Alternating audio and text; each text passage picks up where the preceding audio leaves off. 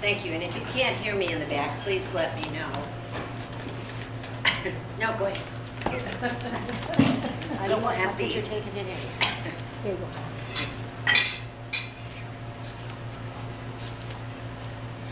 Okay. Well, I'm Representative Sherry Appleton, and I have served the 23rd Legislative District for the last 6 years, and it's been my pleasure to do that. One of my logos has always been putting kids up first, and that's something that I always have done and always will do. This particular last 2 years have been extremely challenging, budget-wise and every other way. But still, we were able to bring some very good projects to Kitsap County. I took the lead on Francis Haddon Morgan. I don't know whether all of you are familiar with it, but it is for profoundly autistic children and who can't live in the community but live at Francis Haddon Morgan. We were able to save that institution and 4 others, saving 100 jobs here in Kitsap County, which is a lot of jobs in a bad recession. The other thing that I took the lead on was adult day health centers all over the state. And by getting $1.3 million for that, we were able to save 1,595 people who go to adult day health centers and therefore allow their families to work. That's really an important thing for the economy. Besides those projects, we brought the restoration of Carpenter Creek, which was extremely important for water quality and the things that, the values that you and I have in Kitsap County. We also helped fund the Keller House, which Joe is very familiar with, and the Kids Discovery Museum in Bainbridge Island, which is a great place to open children's minds for a thirst for knowledge. We also funded the Paulsbo Marine Science Center, which is very near and dear to my heart, as Ed and Becky know. And then what I'm most proud of is Olympic College. We were able to help Olympic College build the new Science and Technology building, and also the Sophia Bremer Early Learning and Child Care Center. Those are really important, especially for kids who are place-bound in Kitsap County and can't go to school over at the UW or down at Puget Sound. Well, I lost that. Down in Tacoma at, I lost that too. Puget Sound, it doesn't matter. Anyway, down in the Tacoma schools. My priorities have always been, I have 10 seconds left. My priorities have been jobs, healthcare, education, and transportation. I look forward to your questions. Thank you, Madam Chief. Thank you. My name is Pete DeBoer. I'm a lifetime resident of Washington State, having taken about 20 years out of the state to serve in the United States Coast Guard. First of all, I'd like to thank the Bremerton Chamber of Commerce and Cloverleaf for supporting these forums. I think it's a very important way for the candidates to get the word out. The state of Washington and the United States is in a huge mess right now because our people are not working. Sherry has very proudly and diligently funded lots of things, but we need people back at work, paying the taxes, earning the incomes to make the projects work that take care of people. We just had another horrible existing home sales statistic come out this morning, and the reason that homes aren't selling is because people don't have jobs. One of the things that made me decide to run for this legislative seat was I was watching TV one night last fall, and the governor of South Carolina stood in front of a backhoe to dig a hole to build a new airplane factory that's taking jobs away from our state. And when you take one of those away, you take a lot of support jobs away as well. We need to keep these jobs in the state. I've been a port commissioner in the Port of Kingston for the last almost 7 years now, and I've found the permitting process in Washington State just to get something done is so redundant and delays you so much that you can't get things done. And a small government like the Port of Kingston can afford to take the time to do things, but if an entrepreneur comes along and wants to create some sort of a business environment that would employ people, they can't afford to do it. It takes too long. It took us 2.5 years to permit a small floating kayak facility in the Port of Kingston that took 42 days to build. And we went through 7 different redundant layers of regulations, most of them created in the state. We need to consolidate the regulatory authority in the state. There's a lot of great, good regulations that protect us all from lots of things, but they don't need to protect us 2 or 3 times. They can do it one time, and we'll be in good shape. Those agencies employ a lot of very clever and scientific people who, if the regulations were consolidated, they would find great jobs out in the community, helping people develop new commerce that would create more jobs. It takes about 8 to 10 good, hard-working, privately funded employees out there manufacturing and providing goods and service to pay for one public employee's job. We need to get Washington State back to work. Thank you.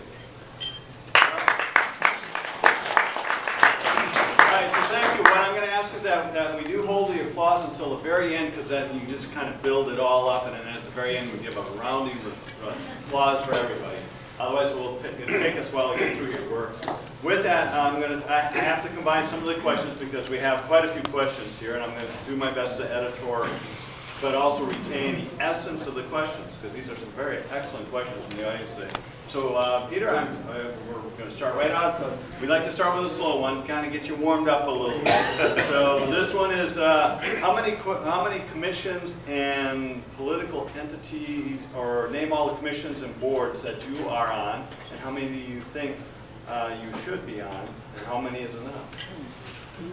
Well, I presently serve as an elected commissioner on the Port of Kingston. I've very proudly done that. Our budget is balanced, our projects are done and on time, and we continue to increase the bottom line net worth of the Port of Kingston. I've sat on committees to help create the new Kingston High School when it was in the forming stages. I'm immediate past president of the Kingston Chamber of Commerce, and I still sit on that board. I'm the president of a Kingston Kiwanis Scholarship Foundation that was my conception from day one when I was the president of Kiwanis about 9 years ago, and we give away about 6 scholarships a year now. I sit on, what else? I'm on the board of directors of the Kiwanis, for the chamber, and I run the 4th of July for the town of Kingston. It takes about $45,000 a year to do that. Thank you. Mm-hmm. And to you, Sherry. Thank you. Well, I serve as vice chair of state government and tribal affairs. I also sit on health and human services appropriations and public safety and emergency preparedness. I was appointed to the Sentencing Guidelines Commission for the state a couple of years ago. I also serve on the Office of Public Defense as a commissioner. For 12 years, I served on the Judicial Conduct Commission, and also I was appointed by President Bush and President Clinton to the U.S. Advisory Committee for the United States Civil Rights Commission. In Kitsap County, I sit on the board of Kitsap Community Resources. I also sit on the board of the Nurse Family Partnerships, and there are a lot of other things that unfortunately or fortunately legislators belong to. It takes a lot of our time. Thank you. Staying with you, Sherry. So, if I may, this question is for you specifically, and then I'll generalize it for Pete. In the last 3 terms as representative, what 3 accomplishments are you most proud of? Thank you. The 3 things that I'm most proud of is, number 1, working to regulate payday lending. It is a scourge for people who get into that cycle of indebtedness where at sometimes they're paying 1,144%. So for 5 years, because the Navy asked me if I would do it, I started doing payday lending. And this past year, a bill was passed that I wasn't part of. It was given to a new legislator. It didn't do the things that I would have liked to have seen done. It didn't cap the interest rate, and it allowed 8 loans per year, which I think is higher than the national average. But it's something that I will continue to work on, because when people are in misery, we shouldn't make a profit on it. The other things was regulating body piercing, which was never regulated in this state, so anybody could put their shingle out. And the third one, you'll have to wait for the next one. Thank you. And Peter, what are the 3 things accomplishments that you are most proud of? First of all, I have to be proud of nearly a 22-year career in the United States Coast Guard, where I served all over the Western Hemisphere and Northern Hemisphere, and was command of a Coast Guard unit. I did 27 drug interdictions patrol in the Caribbean, and I took a lot of cocaine and other illegal substances off the street, captured them before they got to the streets of America, and was very proud of that. In the Port of Kingston, we have completed a wonderful 5-year master plan that has brought in a performing arts gazebo to our town, and enhanced our park areas. We upgraded our stormwater management system to a state-of-the-art facility that allowed us a new acre of park as a bonus. And the passenger ferry that's going to take people from Kingston to Seattle beginning October 15th has been a monumental thing for Kingston. Thank you. All right, and if you want to say Sandy B, now let me jump to the next one, which is, please explain how much government laws and regulations are enough. Do you believe that Washington State is a nanny state? I'll answer the second one first, yes. We can't afford to do cradle-to-grave care for people. There are people who are unfortunate victims of being born wrong, and we need to take care of them. The severely disabled need to be taken care of. The developmentally disabled adults, there are wonderful resources out there that are helping them out. And as far as the regulation, I think we could probably cut them in half and do just about the same job, and cost the country or the state a lot less money to take care of the regulations that we have to enforce. Going back to my just building a kayak facility. It just takes too long to get stuff done. It drives businesses away from our state, and when the business leaves the state, the jobs leave the state. Thank you. Sherry, would you like me to read the question again, or you? No, I first of all, do I think that we live in a nanny state? No, I don't. Obviously, that is up for interpretation. Each person feels the same way. But one of the things that we do is we take care of people who can't take care of themselves. Pete just said that. And there are many people who, the elderly, those that are developmentally disabled, all of that is part of what we do. But as far as regulations go, I think that Pete already knows this, that the legislature only passes laws. What the agencies do is pass regulations and rules, and all of that is open to public hearing.